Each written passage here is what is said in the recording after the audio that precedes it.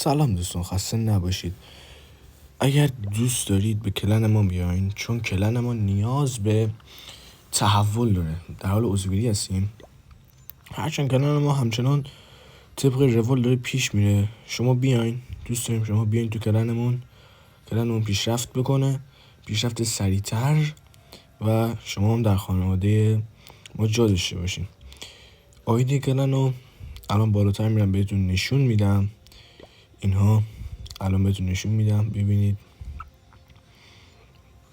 بیایید تو گروه ما.